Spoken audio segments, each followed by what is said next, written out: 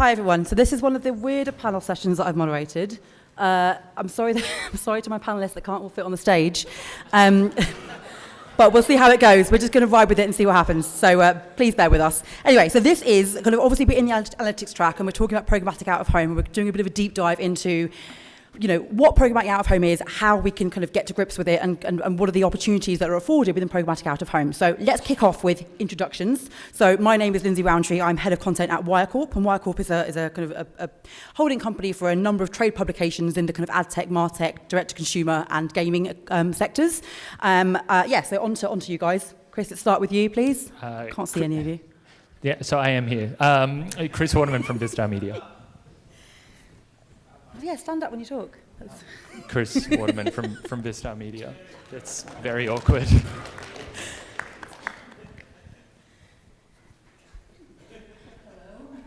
Stephanie Gudnick. I was formerly Vice President of Business Development at Broadsign.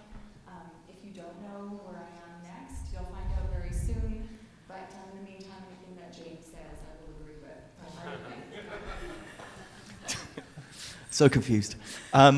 Dave Etherington, Chief Commercial Officer at Place Exchange. This work? My name is Dolly Barnett. I'm head of media strategy over at Adelphic, fully self-service omnichannel DSP. Hi, everyone. Welcome to our hometown. My name is Jonathan Gadai. I'm the CEO of Adomni. My name is James Price, Chief Product Officer at Outfront Media. Brilliant. Thank you very much, guys. So first of all, I want to kick off with trying to dispel, let's do a bit of jargon busting. There's a lot of jargon out there when it comes to out-of-home in general, and when it comes to understanding what programmatic out-of-home actually is and how you can understand it. So one of the key things that often gets people confused is digital out-of-home versus programmatic out-of-home. So who wants to kick me off with what the actual difference is between digital out-of-home and programmatic out-of-home? No takers. Why are you guys looking at me? All right, so I would simply say it this way. Digital out of home is the way that you actually display the media. It's a digital screen, it's pixels, it's not vinyl. Programmatic out of home, on the other hand, is a method of planning and transacting and executing on that based on the set of criteria that you give the buy. So if you said, I want to reach this audience in this place at this time, or a longer stretch, whether it be a guaranteed type of buy, if you're familiar with guaranteed or non-guaranteed. So guaranteed would be just like buying a contract through a standard sales rep, versus non-guaranteed would be publishing at time. So it's just a set of commands that you give it to run the advertising on. Does that make sense? Thank you, James. Made sense to me, which is probably the most important thing. So Stephanie, what kind of formats can we run programmatically in out of home? Yeah, classic versus digital, and where do new formats come into it, like video or mobile, for example? So first of all, if we're talking about dispelling myths with regards to jargon and so on. Yes. Earlier today in your panel, there was the talk about programmatic eventually will just be what we call sales in most other types of media. And in this media, I think some of us can tend to get hung up over the fact that is this truly programmatic, what we're working on out of home? Because in mobile or digital, it's real time, and out of home doesn't work that way. And I think in a certain sense, like a rose by any other name, the biggest goal with what we're trying to do here is make sure that we're bringing in budgets from other types of media so that they can enter the out of home space and fulfill the same goals that they have been trying to in these other media, and we can actually deliver on in out of home. So when you talk about ad formats, certainly when it comes to digital, we can deliver on some of the KPIs that have been set for campaigns in digital media. And for talking mobile and digital out of home work super well together, so it's a really lovely partnership. And then when it comes to classic, there's a fellow who was formerly at JCDecaux, Tim Harvey, who likes to say that classic is slow digital. So eventually, programmatic, or whatever we want to call it, we can apply those same mindsets and workflows, that type of out of home as well. Brilliant, thank you very much. And we talked earlier on the main stage about audience targeting and data, and how data can be overlaid in programmatic out of home. What can data do for programmatic out of home, and vice versa? Robbie, let's come to you to start with. Yeah, so at the core, if you really pull back what a DSP does, it really evaluates auctions. So to just take a step further, when you think about what programmatic is or what it does, using software to buy or sell media, that's programmatic. So if you're using a UI or a dashboard to purchase inventory or sell it, it's typically referred to as a programmatic transaction. So going back to what a DSP does, they take a look and consider an auction that comes in from a Place Exchange, from a Vistar. We take a look at all of the different pieces of data that come into the auction, the panel ID, the latitude, the longitude, the time of day, the IP, the location, and we try and make an intelligent decision with that data. So based off all of that criteria that comes into us, we can do a lot of creative things, and we can also evaluate how much we want to buy it or if we want to buy it at all. So one of the most common use cases we are seeing is geofencing for for out-of-home buyers. So I'm from Los Angeles. People will say, I want to be able to reach people that are driving by an airport. They'll drop in the coordinates of LAX, and they'll say, I want to target anyone, I want to buy all the boards that are within a 50-mile radius. We will start getting an inflow of auctions from a number of out-of-home providers, and we will consider those auctions and buy the ones that are appropriate for the targeting criteria. So in terms of the data that we can overlay, it really depends on what the supplier can send to us, and then also the features built into the DSP. And some of the other things that a lot of other partners are looking into is appending other partners' information to the bid stream. So if the latitude and longitude comes in, we say, okay, well, the Weather Channel or IBM says that this latitude and longitude is, it's going to be a rainy day. And we can take that into consideration on what creatives we want to serve, and also, again, how much we want to bid or if we want to bid in the first place. Thank you very much. And alongside data, we have to talk about creativity. And what's interesting is, obviously, out-of-home media is almost synonymous with being creative and creativity. How can data work and be kind of interoperable with creativity? And how can they inform each other? And how does programmatic actually help drive that? James, it's come to you on that one. Turn this back on. So the data can inform creativity because you have to start with the question of why am I actually running the campaign in the first place? What am I trying to accomplish? Who am I trying to reach? And what is it I want them to do? Right, so if you're creative messaging, there's simple examples you hear people use, right? When it rains, I want to show the person with the umbrella. When it's not raining, show them in something else. The more complex solution, and I think the one that drives the better response mechanism, is the one that says, I want someone to take action X when these conditions occur, right? I want them to visit me, to go to my website, to call me, whatever the case might be. And when you're able to change the creative based on the behavior you want, drive time home, drive time in the morning, consideration on a late night, that gets closer to the KPI that someone's actually buying because. And so the creativity needs to match the reason why you're actually performing the campaign. That's actually the hardest question, why am I doing it? Making the creative match it, right? And then finding when that audience and time to actually run the publishing is so that you get the best output possible. Okay, thanks. That's very helpful. And if I can jump on that. Of course you can, Jonathan. Go ahead. On there. So going back to the question of data and thinking about out-of-home today, we have to always kind of consider the context of out-of-home in relation to where else money is flowing in the advertising world. And you look at Google and Facebook and now Amazon, what they have is the relevancy, right? If you're searching for a term, then you could provide a relevant ad to reach an audience that you know that there's intent. Or if you are with Facebook or Instagram, based upon their browsing history or their likes, you understand their profile, and you can provide a more relevant advertising product to reach the target audience. For out-of-home, we really, up until recently, haven't had the data, the audience data, to be able to provide that relevancy. But that's changed once mobile and the concept of location data being brought into out-of-home. And so by marrying the ability to target these huge screens that have great exposure and great reach and dwell times with a targeting based upon audience data, all of a sudden we can talk the language of the digital buyers. And we can check off the boxes of, can I have some targeting? Can I have a self-service buying? Can I have an analytics report that shows me who I reached? And up until recently, we couldn't say yes to that, but now we can. And who, from both the publisher side, the supply side, and from the buy side, how is that changing how they are then planning and executing and understanding what their own inventory is and what they can run with it? How is data changing that whole process? Yeah, I mean, I think it's changing everything, and Basically, it's been amazing to see the last 2-3 years, all the media owners kind of recognizing the power of programmatic and taking big steps to making their inventory available through SSPs or directly through other DSPs. So the idea that first you have to have the supply, right? That's where it starts. So the publisher saying, we're going to make our inventory available where, of course, our focus is trying to sell direct, but all that unsold space, let's make that available programmatically.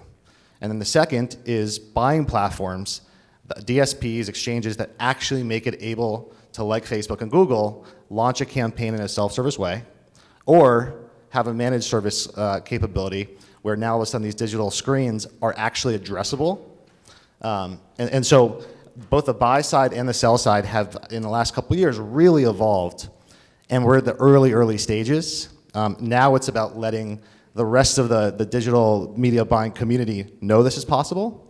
And we believe that what Place Exchange is doing, what Broadsign's been doing, what JCDecaux and View, that this is all about coming together with the idea that by, as an industry, not fragmenting, and by leveraging the latest technology, which has been around for a while, right? All these kind of, RTB and fixed price and PMPs, this has all been here for a while, but now it's actually available for our medium.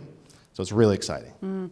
And Dave, how is programmatic affecting direct relationships between media owners and the buyers? I mean, is there a concern from media owners that actually going down the programmatic route might change things for them from a revenue perspective, from a yield perspective, and how do you kind of mitigate against those frustrations or challenges? Well, I think it's clear that the tectonic plates of the agency landscape are changing. I mean, I think the programmatic panel earlier talked about the fact that there are relationships between the specialists, the out-of-home specialists, and the programmatic specialists within the agency were closer than ever. And I think the notion of kind of combining that endemic category knowledge of the out-of-home specialists with the ability to buy media at scale, really infuse that with data, understand attribution in a timely enough fashion to optimize against it. Really, the idea of it actually propels the medium into something that stands, as Nick Ryan said before, turning a 4% media share into 8 or beyond. And I think if those agency groups and the clients can start to see out-of-home through new eyes, start to see it more than just a kind of top-of-funnel brand-building medium, and start to understand its role in driving online conversions, people downloading apps, foot traffic, etc. We can completely recontextualize what out-of-home does, is, and the way it works. And I think from a publisher perspective, we're an SSP, so we work with both sides. And I think publishers are absolutely keen to position their media in a way that unlocks its true potential for the first time. And I think these types of conversations are vital for that to happen. And Robbie, from your perspective, do you think that this can actually help break down silos where there is kind of there maybe a blocker between who should I be talking to, which is the right team for me to be dealing with, kind of from a brand direct and from an agency perspective, and then beyond to the media owner? Can programmatic actually help break down those silos, or does it require those silos to be broken down with programmatic kind of muscling in? Yeah, so that's something we're running, certainly everyone I'm sure is running into. So I found that if you talk to brands, there's typically less silos. I think it's very interesting that they have weekly optimization meetings and they say, oh, Facebook isn't performing, I'm going to put it into programmatic, or programmatic isn't performing, I'm going to put it into search. And they do this instantaneously. It's a weekly cadence. If I talk to some agencies, they have very hard silos and budgets are fixed per category. And I think an optimal sort of setup is where there are no silos across that and you're taking everything, I keep moving this from my face. When you take everything into consideration, put everything on the same playing field. And I think that's something that's really exciting about out-of-home and programmatic, because I really think digital out-of-home is going to give the rest of the formats in digital, in programmatic, a run for its money. I think out-of-home is significantly undervalued if you compare it to some of the other formats available within all DSPs, connected TV, display. And I think you're going to actually start taking some of the spend that comes from the more expensive formats, and I think a lot of it's going to move towards digital out-of-home. So to answer your question, there are always going to be silos. That's certainly on the agency side from what I've seen. But I think everyone is agreeing that an honest conversation and evaluating all mediums with through the same sort of lens is an optimal approach.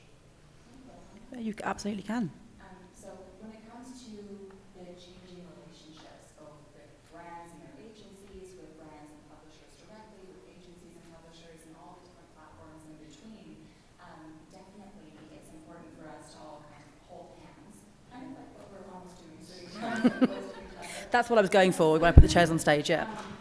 And in the last year or so, there has been some debate about programmatic and out-of-home, or programmatic, if you will. Now, I actually don't see that as a bad thing because the technology is only one part of the equation. The relationships between salespeople and their existing clients is also being one that's so vital, success of what we're trying to do.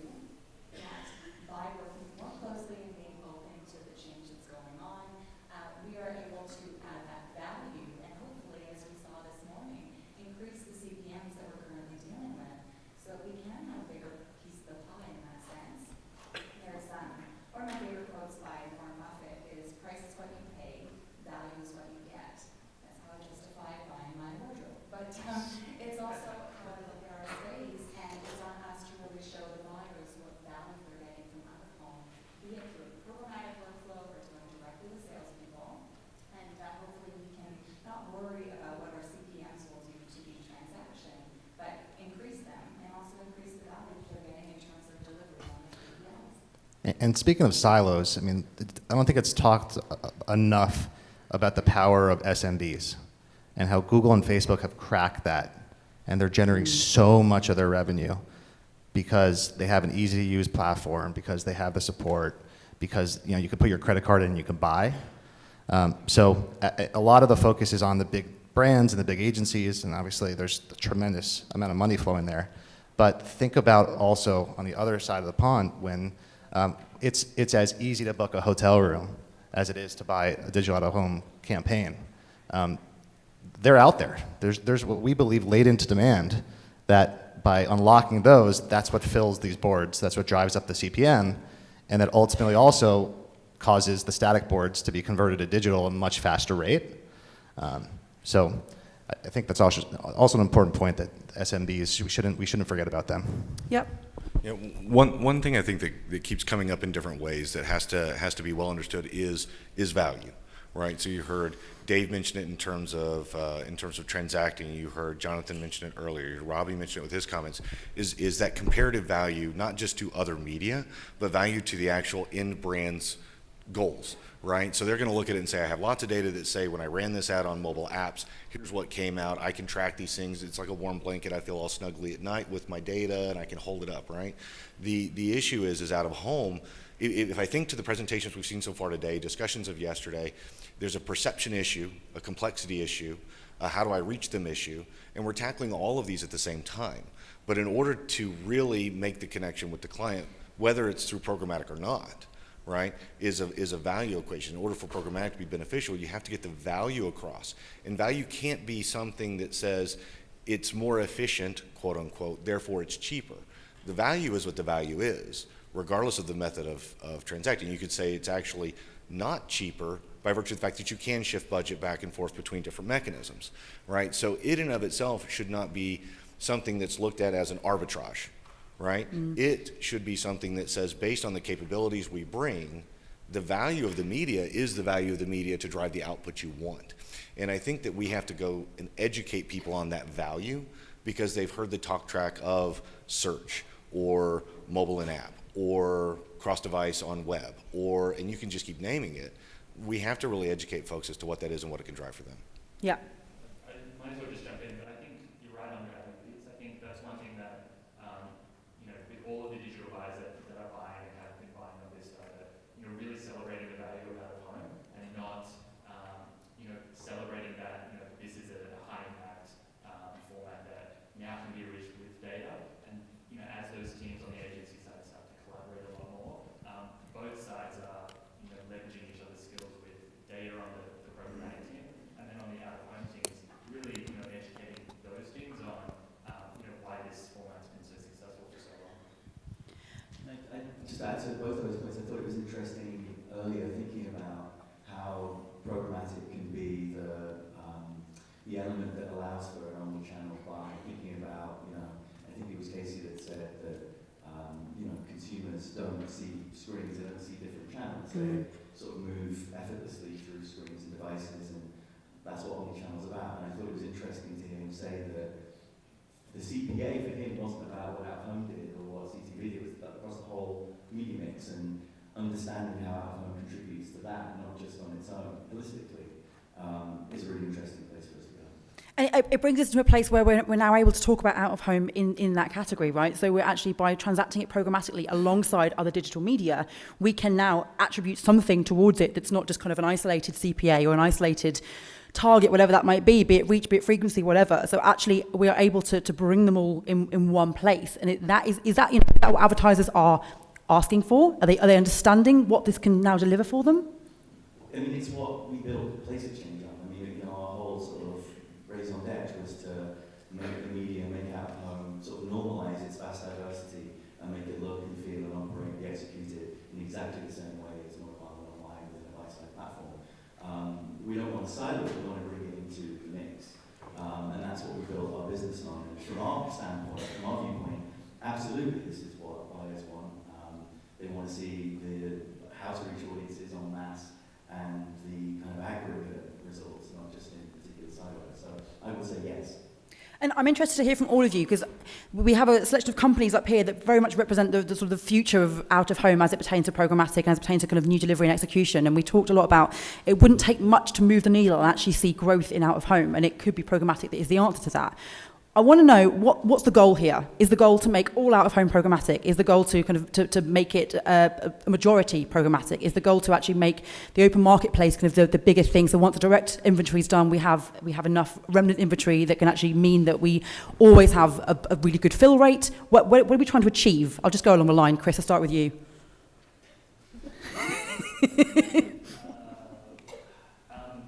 So I don't think 100% will go programmatic. I think No.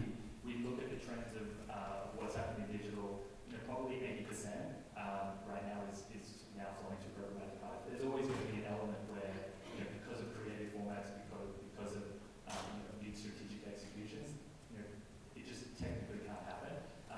But I think, you know, in a perfect world, 50%. But there's a lot of complexity and a lot of, you know, buyers and a lot of education that needs to happen before then, before we start really kind of ramping up. Mine is really elevating the conversation from programmatic to overall digital transformation that's occurring in our space, so that instead of what was once a last on, first off type medium, we can actually be part of the OAA's goal of being present in that core media buy. And by speaking to new types of buyers through this guise of programmatic, if you will, we can start attracting them in. And we worked on a deal a few months ago where it wasn't programmatic ready, but by out-of-home being able to speak and salespeople being able to speak in the language that marketers on your end want to deal with, we were actually able to transact a new buy that was using money from a different budget, brought into out-of-home. That's the goal. Great. Exactly right. The goal is to prove out the efficacy of the media finally away from a tactical top of funnel branding medium, which by the way it is and will continue to do, to something that can perform against a great variety of KPIs. Yeah, I think a good buy always has a mix of programmatic and direct. I think both have their own advantages, and you really have to understand the intricacies of both to create the most effective media spend. The buy that we worked on, it was a combination of programmatic, and what programmatic couldn't do, we pushed it direct. And it resulted in some great outcomes. Programmatic does come with a ton of advantages in terms of measurement and data and reporting, but you know, publishers, media owners, they know their inventory better than we do, and they're always going to be able to do some stuff we can't support within our pipes today. And I would agree with the rest of the panelists that it's probably not going to ever really approach 100%, but certainly a significant leap forward. To me, ultimately, the mission of programmatic is about bringing more buyers into the marketplace. And the way that we can do that is basically making it more affordable, more accessible, more relevant, and doing all the things that the other platforms who've seen exponential growth have proven, right? There's a playbook that's been executed that you just look at what Amazon's been able to just turn on the last 2-3 years. It's out there. So for us, we're super excited about just the ability to make a mark for Adomni to help grow the industry by bringing more buyers in, and to shift the way that the industry worked from ads always being sold to instead ads being made available to buy, and just turning that around. And that's what motivates us, and we're already starting to see some really awesome campaigns and some proof that we're on our way. Brilliant, James. From the publisher perspective, I would say, will it go 100% programmatic? The answer is no, right? And I'll give you a couple of reasons why. One, outside of the assets that you own as a company, your second biggest value is your account executives and the relationships they have. Being programmatic also doesn't mean people are just walking around and buying. You still have to go and sell the campaign. You have to sell the idea of the budget, and you have to sell the value. So when you look at it, the necessity for human contact, right? Because it starts sounding very robotic of, will we be 100% programmatic, right? And you just imagine machines talking to machines, and we're all just sitting there having a cup of coffee. The answer is no. You're still trying to find out why you're doing something, right? With that, I will say, I think that you can become a lot more automated and a lot more efficient in your communication, human to human, which leads to programmatic executions, right? So how many of you love doing spreadsheets and grids all day long, right? If you said, I do, we should probably go have a conversation. It might need a couple of drinks, but at the end of the day, being more automated, being able to communicate in a faster way helps get information across. That can lead to programmatic buys. It can lead to budget shifting, because at that point you're able to explain the value based on a common language and a way of getting that across in time. So no, I don't think you'll go 100% programmatic. I think channels will expand.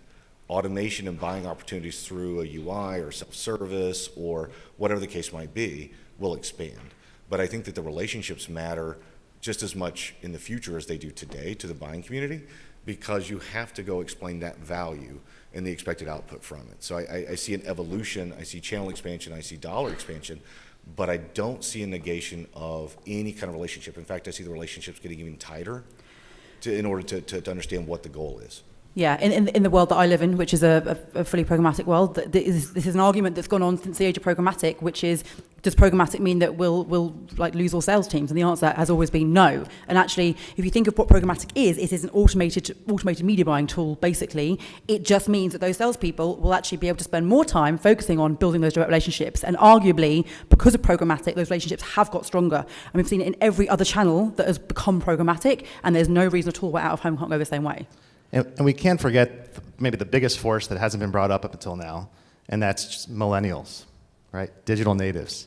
They think differently, they act differently, they don't want necessarily to be sold to, right? I mean, you go to restaurants, you just see people glued to their phones, and it's just a whole different way of thinking and operating, and how that's gonna change over time, we'll see, right? But ultimately, if our medium can be brought to them in a way where they can find and buy and manage in the way that they want to buy and manage, that's the upside. And the relationships that we have, some will appreciate that, but a lot would rather just get in and get out and be back to Fortnite. Yeah. I'd add one thing, find and buy. The other thing I would add is educate, right? So you move from selling to educating on benefits, and at that point you're doing, you can call it consultative selling, but at the end of the day, you're really explaining to someone why you are a best solution for a thing. Robbie. Programmatic doesn't mean we get rid of sellers, it just makes the role a little bit different. And I will tell you, as a company that sells self-service, air quotes, software, our self-service customers are not very self-service. They're asking tons of questions, they're looking for a consultative resource.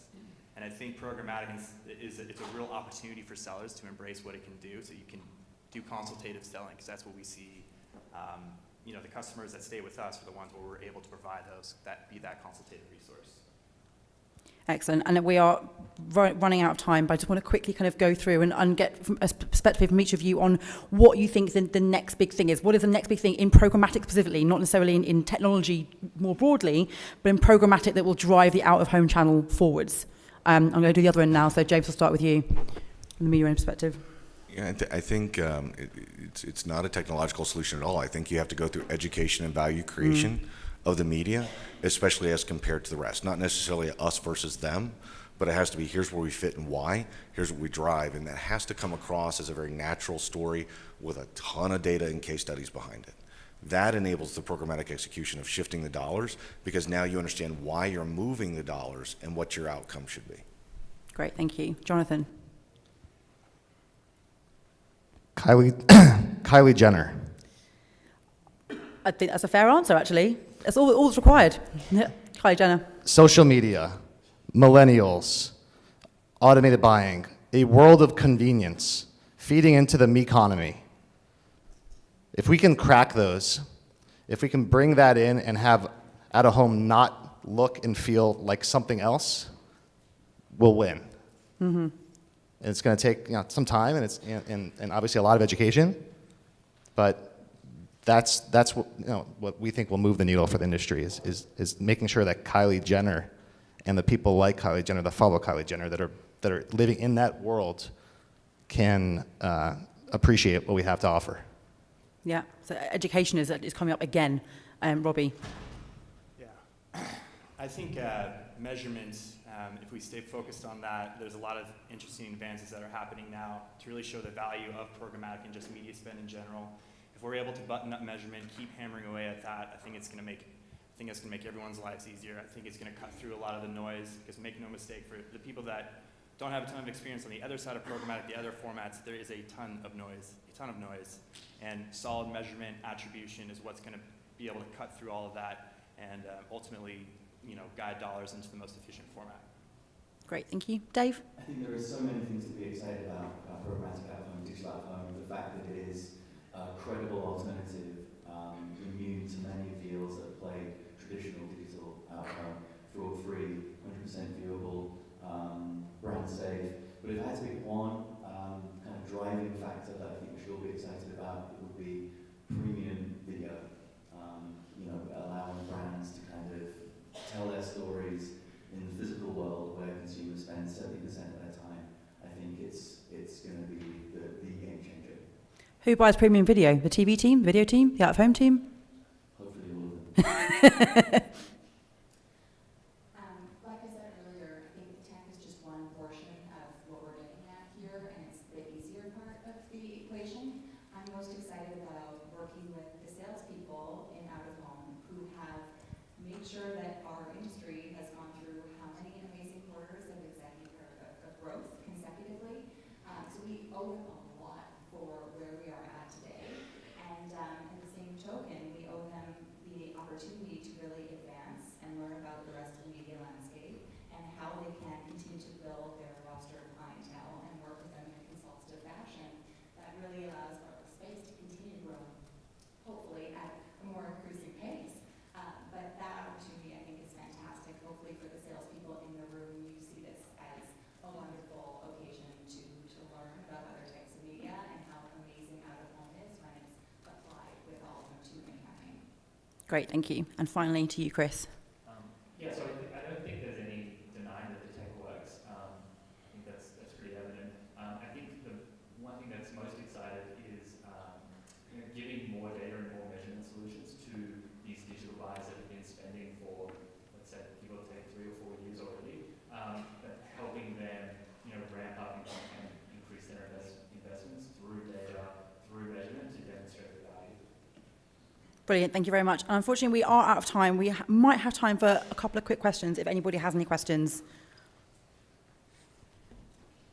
Yep, you'll have to just shout, please.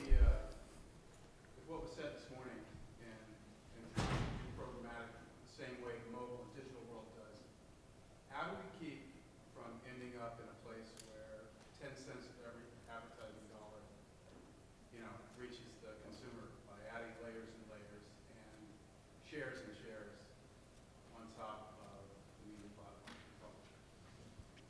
Sorry, I had to hit you with that. It's a relevant question. I think it's a great question, and I think because digital out-of-home is happening now, I think we get to look back and see the mistakes that other media have made. And Place Exchange, for example, there's no arbitrage, there are no hidden fees, there's no buy-side fees. I think we have to hold ourselves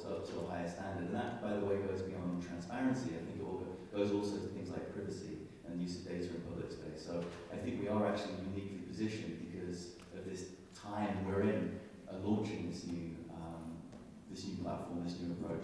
I think we can learn from the past. Yeah, so I completely agree. When programmatic and RTB started, it was pretty much made to liquidate unsold remnant inventory. That was the main reason it was developed. When RTB first came out, it wasn't until many versions later that they supported what's called Deal ID, buying and selling, right? So it wasn't until many versions later when we were like, oh, maybe we should start thinking about a way to transact directly with publishers through RTB. Now that we are taking a look at programmatic and RTB going into digital out of home, we're trying to focus on direct first and then get to the open market. And that eliminates hidden fees. The buyer and seller are having contacts. The sales team has a chance to influence the transaction. The buyer has trust because they know how much it's clearing for and for how, and where their fees are going. So I think if we stay focused on a direct approach, selling through direct channels, selling through preferred deals, private marketplace deals, I think that'll help us stay away from the hidden fees and the arbitrage and the middlemen that are really muddied up the industry on the other formats. Great, thank you. Yes. I have a question now. One of this, from a sales perspective, breaking up day party, for example, it's not necessarily always the best thing from our point of view, even though we understand it's necessary in some for some advertisers if they want to be more dynamic with their advertising. So that's the fear. I mean, is there any data to back that up? That breaking up some of the day party, some of the inventory for certain clients may end up having better results for them. Is that something that we can tell our advertisers in order for them to support some of the platforms you guys are talking about that do mostly day party? When we can have one buy for a day or 3 days, they might just want to buy a few hours, which is not always the best scenario from a sales perspective. And so that's something that I wanted to see what the challenges that you guys would have to respond. Who wants to take that one? So you're basically asking, it's where the data is that can back up. So the advertisers that are asking for day parting, you have the data to prove to them why they should or should not do it. Yeah, because at the end of the day, even though we might not like it, it might be better for the consumer, Yeah. customer. So if there's data to back that up. Yeah, good question. I think there's two sides to this. On one side, it's the idea of out-of-home having in the past been sold in 28-day or weekly or monthly blocks versus this new world of automated or programmatic where it's each ad play is an individual unit and each ad play has a certain number of impressions for us and being a one-to-many market and we're just fundamentally selling that way versus the old way.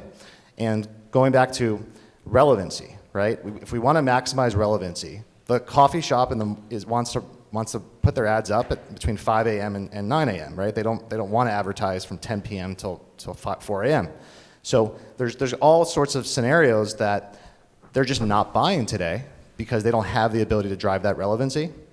And so as long as you can ensure that your CPMs are not eroding your direct sales and that overall people are not spending less because they are moving to programmatic and just cutting their budgets, which we don't think is a true threat, as much as bringing in more buyers who aren't buying now because they have that ability to target precisely the times, the days that they're looking for. Right. And James, you want to add something?